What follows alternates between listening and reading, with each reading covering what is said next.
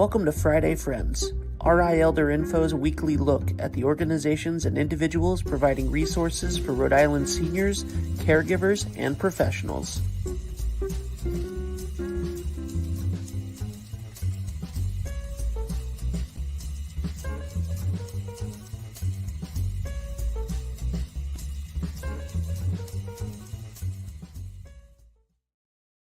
Good morning, everybody. Happy Friday. It is Friday. It is the day before World Elder Abuse Awareness Day.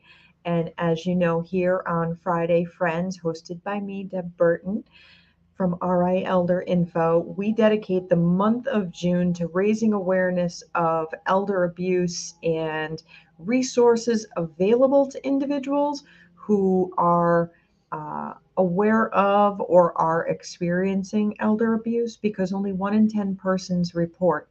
So it's really important that you hit the like button, the share button, to help us get the word out so that we can reach as many people as possible. And Dr. Caspi, that we're speaking with today, is going to discuss some real groundbreaking research. So make sure you stay on, hit the like button, and share. Now, as you all know, we are a 501c3, and we would not be able to bring you Friday Friends without the support of our sponsors. So huge thank you to Point 32 Health Foundation, to Oak Street Health and United Healthcare.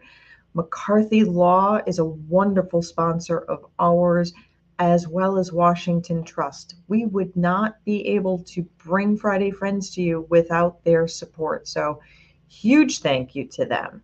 So without further ado, I would like to welcome Dr. Eilon Caspi. He is a gerontologist and he is a researcher on the topic of elder abuse. Welcome. How are you? Doing well. Thanks for having me.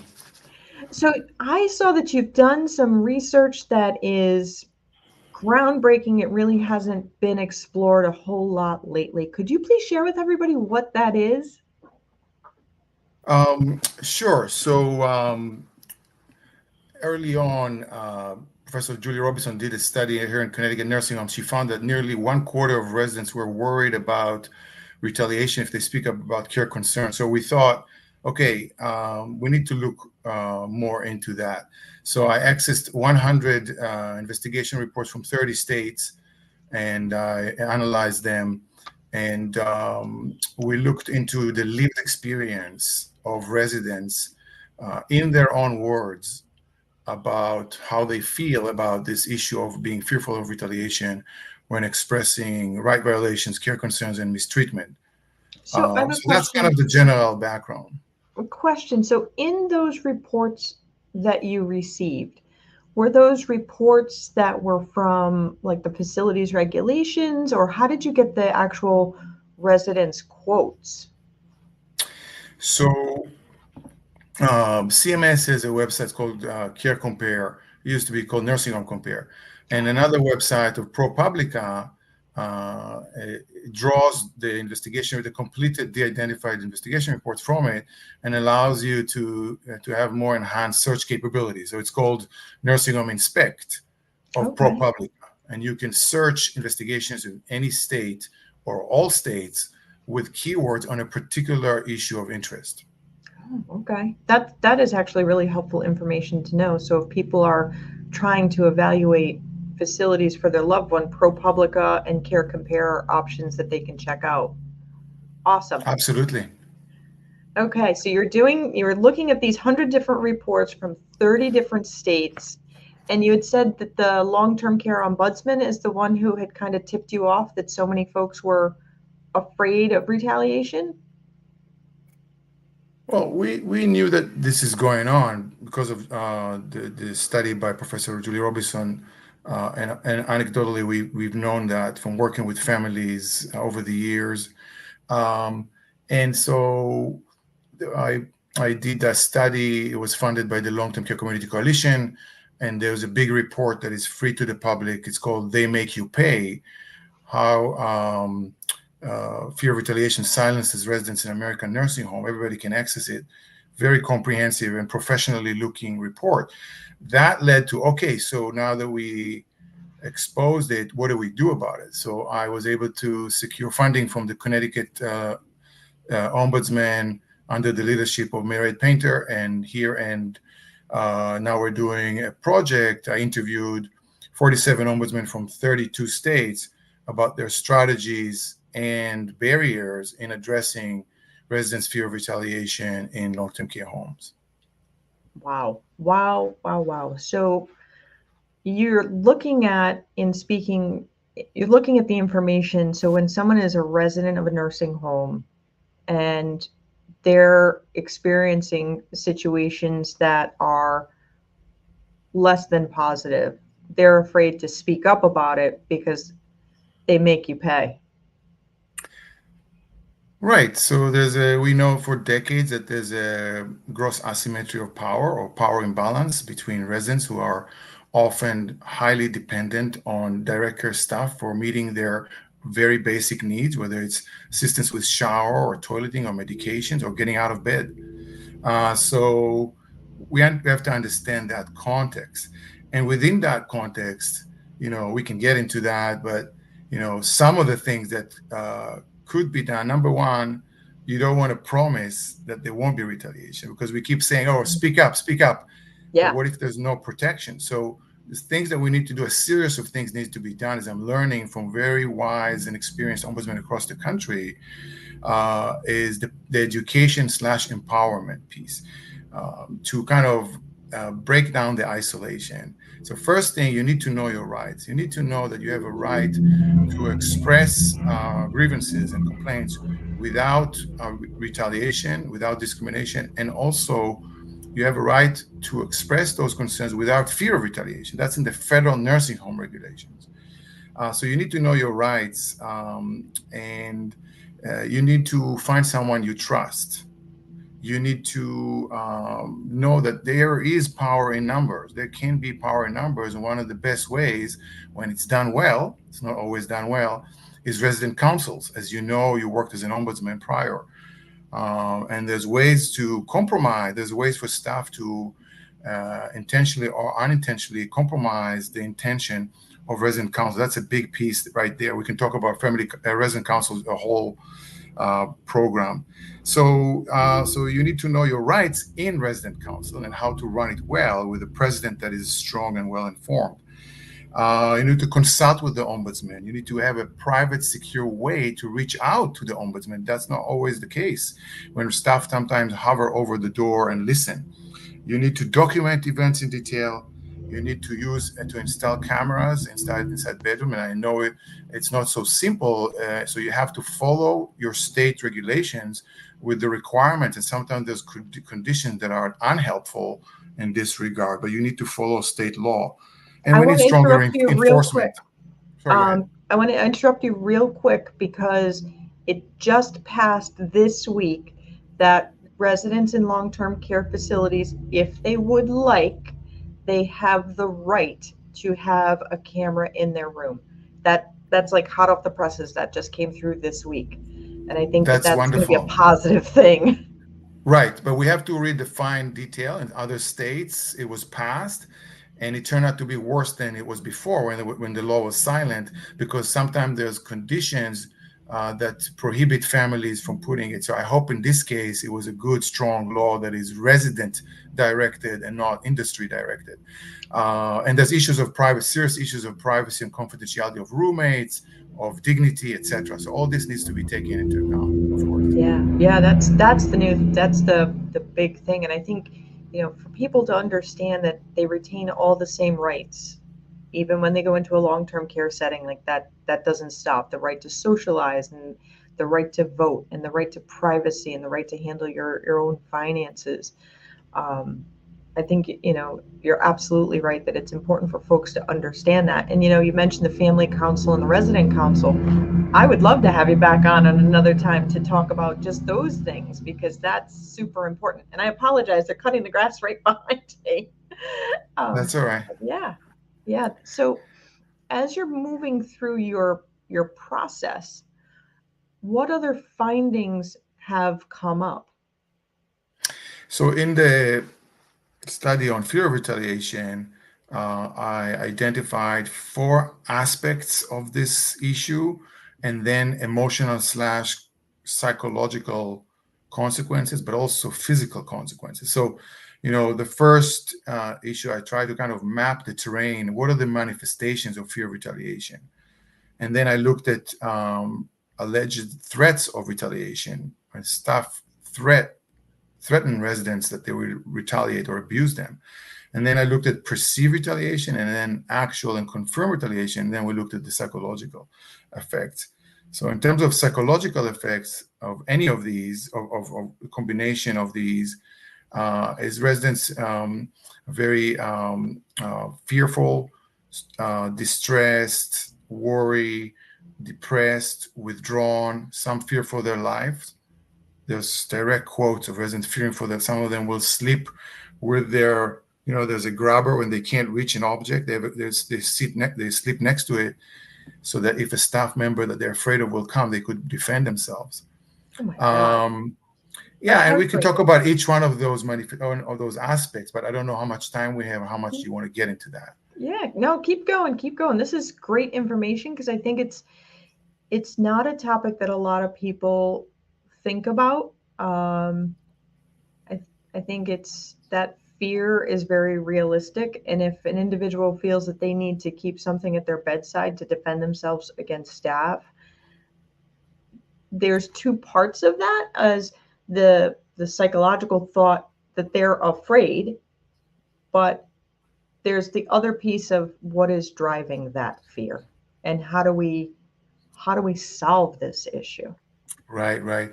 So in one case, a resident who was soiled in her adult depends had a staff member cleaning her with paper towels, and it was a dignity issue for her, and she asked to be cleaned with a towel.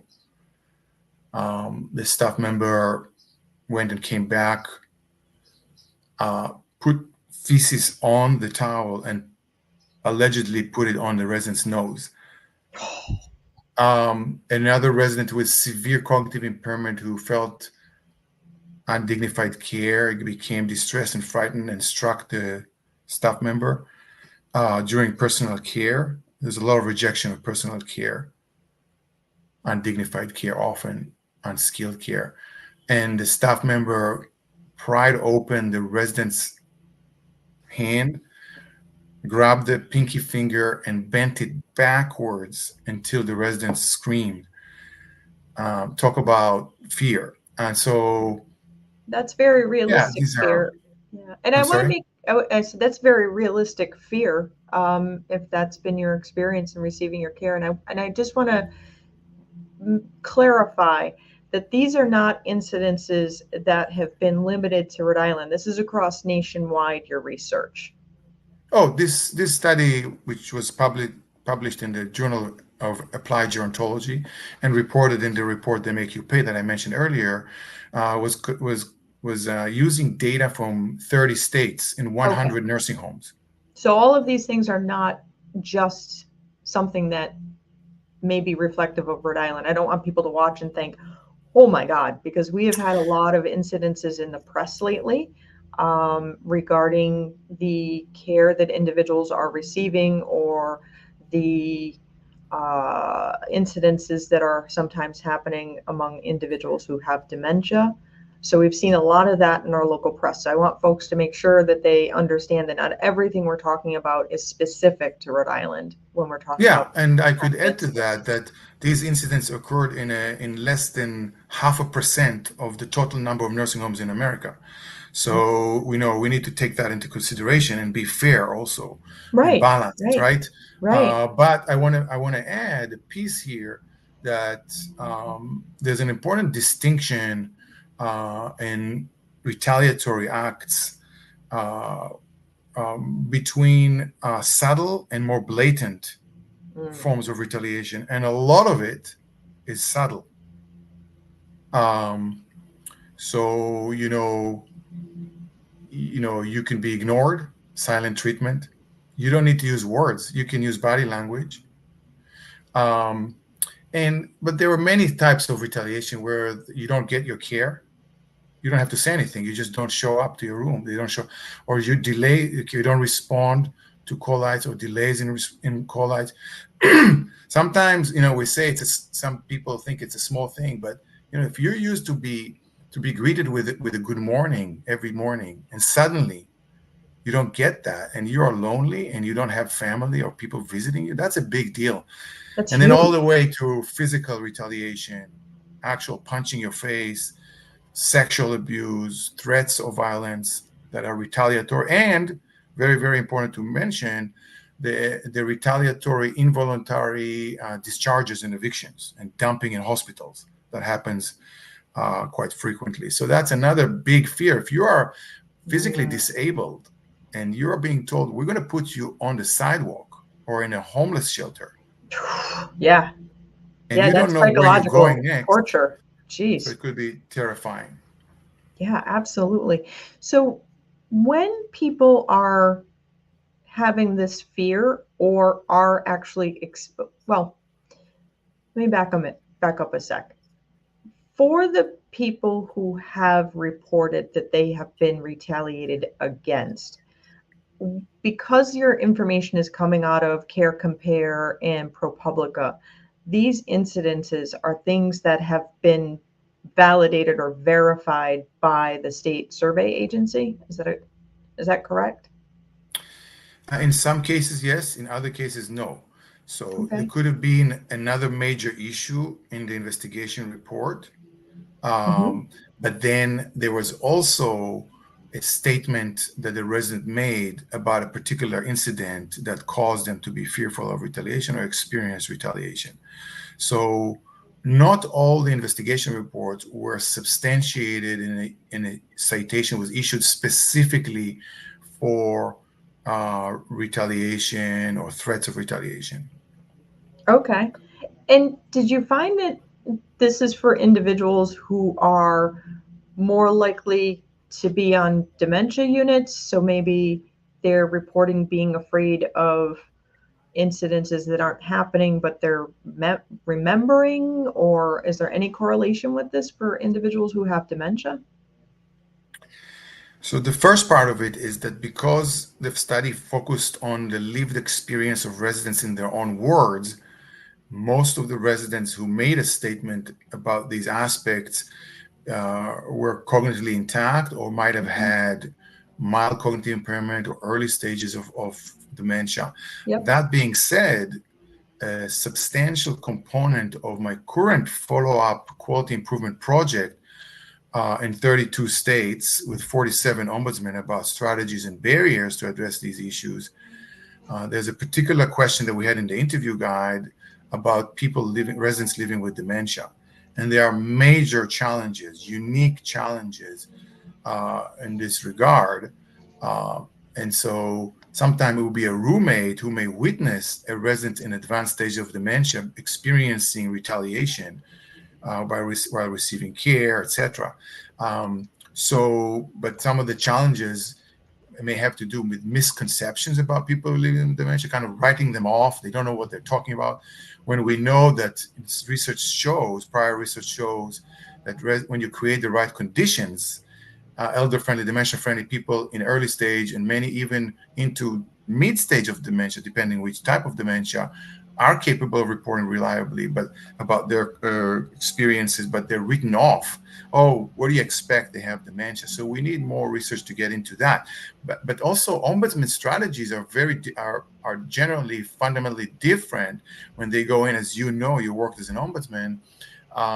It's more based on observations. When the people are in a very advanced stage of dementia, and you have challenge interviewing them or for them to recall information, details about incidents, etc. So a lot of it has to do with observations. How do the resident interact with staff? Do they respond to particular staff members in a certain way? What is her body language telling us? Are they shutting down or there's fear in their eyes when a particular staff member walks in? Those kinds of things. Yeah. Yeah, absolutely. And for folks who may not know, you're one of the leading experts in individuals who have dementia and behavioral disturbances. But how you became the gerontologist, can you share a little bit about your background? Because I think your background is very interesting. Thank you. So I started actually this year, 30 years ago, as a nurse aide in a nursing home where my grandfather lived. And since then, I worked as a, and what you learn as a nurse aide, you're not going to learn in any book. And then I worked as a social worker with people with dementia and in secure dementia care homes. Then I did my doctoral dissertation. I moved to Boston, uh, and I did a doctoral dissertation, 10 months observations on the lived experience of people living with dementia at all stages, how they go about their day, their emotional roller coaster, and what drives negative emotions and distress and behavioral expressions, and what drives positive emotions. So I followed 12 residents for 10 months, from the moment they woke up until they went to bed. That's a lot. And I think the fact that you have personally followed through the care continuum for people, I feel like that gives you a really unique perspective as an academic because you have the lived experience of what it means to be those staff members. And perhaps it enables you, and I don't know this for sure because I haven't seen your research questions, but perhaps it allows you to position the questions in a way that people are more likely to answer because you understand what it means to be the CNA who has more residents than time in the day, and you have folks who have a multitude of needs all at once. You Right. have that lived experience as a researcher. I hope so. Yeah. So I'm glad you mentioned CNAs, certified nursing assistant or nurse aides. They're the rock They're stars. they are the foundation of the Yeah, care. And I want to make it very clear that the majority of them, I believe, and I kind of know that they are caring, compassionate, and dedicated individuals who want to do good. So, but the problem is that they are working oftentimes in a broken system. And one of the things that's coming up very clearly in my follow-up current project is that there's a potential relationship, wouldn't come as a surprise at all to you and others, between poor staffing levels and fear of retaliation and actual retaliation. So there's very compelling many quotes from ombudsmen across the country telling us that there's a direct relationship between poor staffing and retaliation. When you think about it, you can think about the mechanics of it, right? What are the pathways in which poor staffing, and we know we have a workforce crisis that was here well prior to the pandemic, it just got worse. absolutely. You can think about the pathways when you're so overworked and so understaffed, and you're running from one bedroom to another to provide personal care, and things go wrong, and it's oftentimes not your fault. It's just that the owners are not putting up front, allocating enough well-trained people on the floor. And so now you're being put in an impossible position. So it's not only cruel for residents, it's cruel oftentimes for staff. And Absolutely. that being said, there's also staff that are perpetrators of different forms of mistreatment. That's true too. Yeah, and I think one of the things that when we look at healthcare workforce shortages, when you're a CNA and other people working in long-term care, when you have a heart for it and you see this bad apple treat one of your residents poorly, it's so frustrating, it's so demoralizing. You as that CNA want to protect your resident and you want to see action taken to Yeah, get that bad apple out because you're right, the vast majority are dedicated hardworking people who are doing uh, an amazing job with very little compensation, with very little time off, with very little respect and recognition, which right, really can go a long way. And sure, I can understand where a resident doesn't want to upset the staff. And if that staff now gets written up because maybe that day they were having a bad day and they lashed out, not okay. And now the right, next time that person goes in the room, they're not their bubbly, cheerful, hey, how are you, Mrs. Smith? How are you? right. Yeah, Yeah. yeah, So I want to relate to what you said real quick. Number one, There's an organization in New York, I believe in the Bronx, called PHI. It used to be called Paraprofessional Healthcare Institute. And for 30 years, they developed very carefully a roadmap for lifting up direct care staff members in many ways.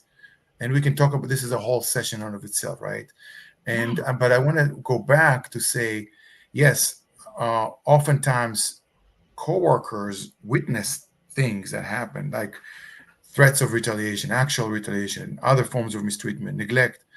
But we have to understand that also they are also oftentimes fearful of retaliation from coworkers, supervisors, and managers. So You're the one who snitched.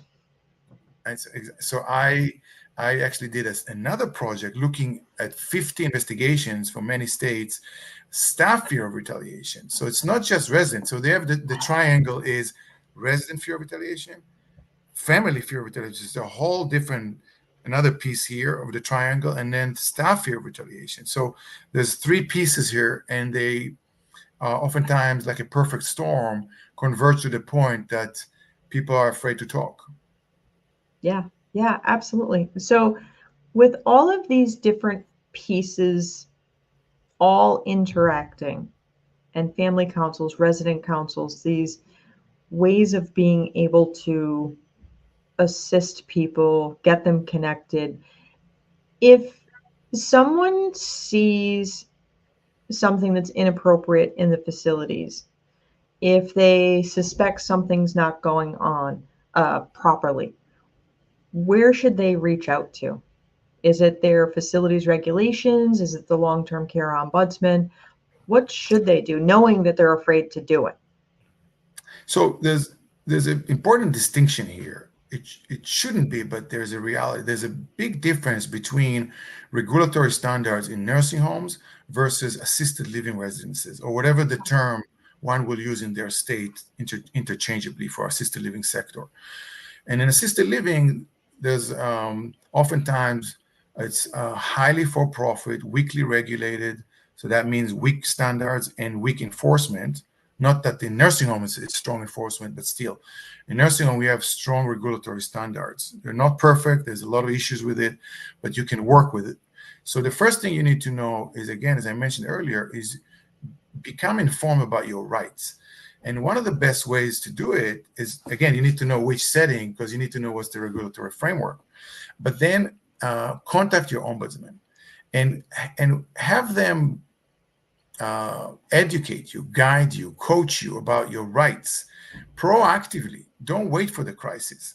And if this is a good, experienced ombudsman, and there are many across the country, they can really walk you through about different scenarios that are relevant to your specific situation. Oftentimes, residents don't know that it's the specific issue they're dealing with is not only them. And so if you form a resident council, many places do not have resident council, or it's, as I mentioned earlier, is not operated as intended. So staff will interrupt, influence, take minutes a certain way that doesn't reflect the concern, don't follow through, intentionally interrupt. And so don't respect, here's resident rights, the right to have a private resident council if they choose to have a private. So a lot of residents don't know that. So again, know your rights, the federal regulations if you're in the nursing homes, or the state regulations for your assisted living, and then bring along the ombudsman and connect with other residents, break that isolation, get out of your room if you can, and connect with people in meaningful engagement. I don't like the word activities, and make friendships, build trust. Sometimes it could be the receptionist, it could be the maintenance guy, it could be the social worker, the nurse. There's got to be one person in the entire building that you can honestly trust, and then the social worker, and then the ombudsman. And if things don't go well, you can, if everything fails, there's also the state survey agency. And I know that in some states, they're not as strong as there should be. There's a big report recently came out, Uninspected and Neglected, how state survey agencies struggle themselves in terms of investigations, etc. So it's not always the solution, but there are resources out there. And sometimes, frankly, it also has to do with law enforcement. When we talk about retaliatory abuse, that we're seeing. Another piece is the consult with experts on retaliatory evictions. And for example, there's a great ombudsman in the state of New York, Susan Fenster. She gave a presentation on involuntary transfer discharges. So she's a great resource. She's an expert on your rights, because a lot of residents, as I mentioned earlier, are terrified of being evicted inappropriately out of the care home if they complain about the care, or if their family complains about the care. So know your rights and know how to protect your rights. You have appeal rights in nursing homes when you are being threatened with eviction. So you have to know your rights. That's the most important thing. Empower residents and power in numbers. That's what I would say. Dr. Caspi, I am so glad, out of all the things that you have on your plate today, that you took time out to come on Friday Friends, because we've covered a lot. I have a whole notepad full of notes of things to look up afterwards, and I'll drop links into the chat as I look them up. But this has been amazing, and I really, really do would hope that you would be able to come back on and discuss some of these things further, because this was amazing. Thank you. I want to say a couple of things real quick. Yeah. One is that the National Consumer Voice for Quality Long-Term Care are about to release a fact sheet on fear of retaliation. So I want you to know that it's coming. Okay.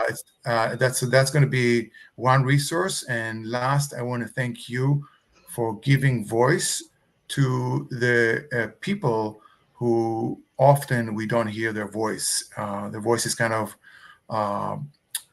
stays within the walls of the care home. So I appreciate you and your willingness to give them voice. Absolutely. We are all in this together. Thank you so much. Thank you. Take care. Thanks. Well, folks, we talked about a lot of topics today, and I know some of it was probably a little bit concerning, but know that if you or someone you care about is in a long-term care setting, that you can reach out to the Long-Term Care Ombudsman's office, and their number is 401-785-3340. And a long-term care ombudsman can come out and meet with you to work to get these issues resolved. And again, not everything we talked about today are things that happen in Rhode Island facilities, but they are happening nationwide. And it is something that we all need to be aware of. Tomorrow is World Elder Abuse Awareness Day. And again, we're dedicating all of our Friday Friends in June to raising awareness of elder abuse. So I'm really happy that you have stayed on. If you hit the like button, the share button, all those social media cues to let people know that they need to check this out, because the things that we talked about today are topics that cover all 50 states, Puerto Rico and Guam. And it's things that individuals need to know about in order to be safe and feel comfortable reporting when things aren't right. But again, here in Rhode Island, if you have to report an incident in a facility, you want to call our long-term care ombudsman at 401-785-3340. I look forward to seeing you all again next week. In the meantime, be well and be kind. If you like this video, please follow us on social media and subscribe on YouTube. For more information, visit rielderinfo.com or call 401-585-0509. If you have any questions, email deb@rielderinfo.com.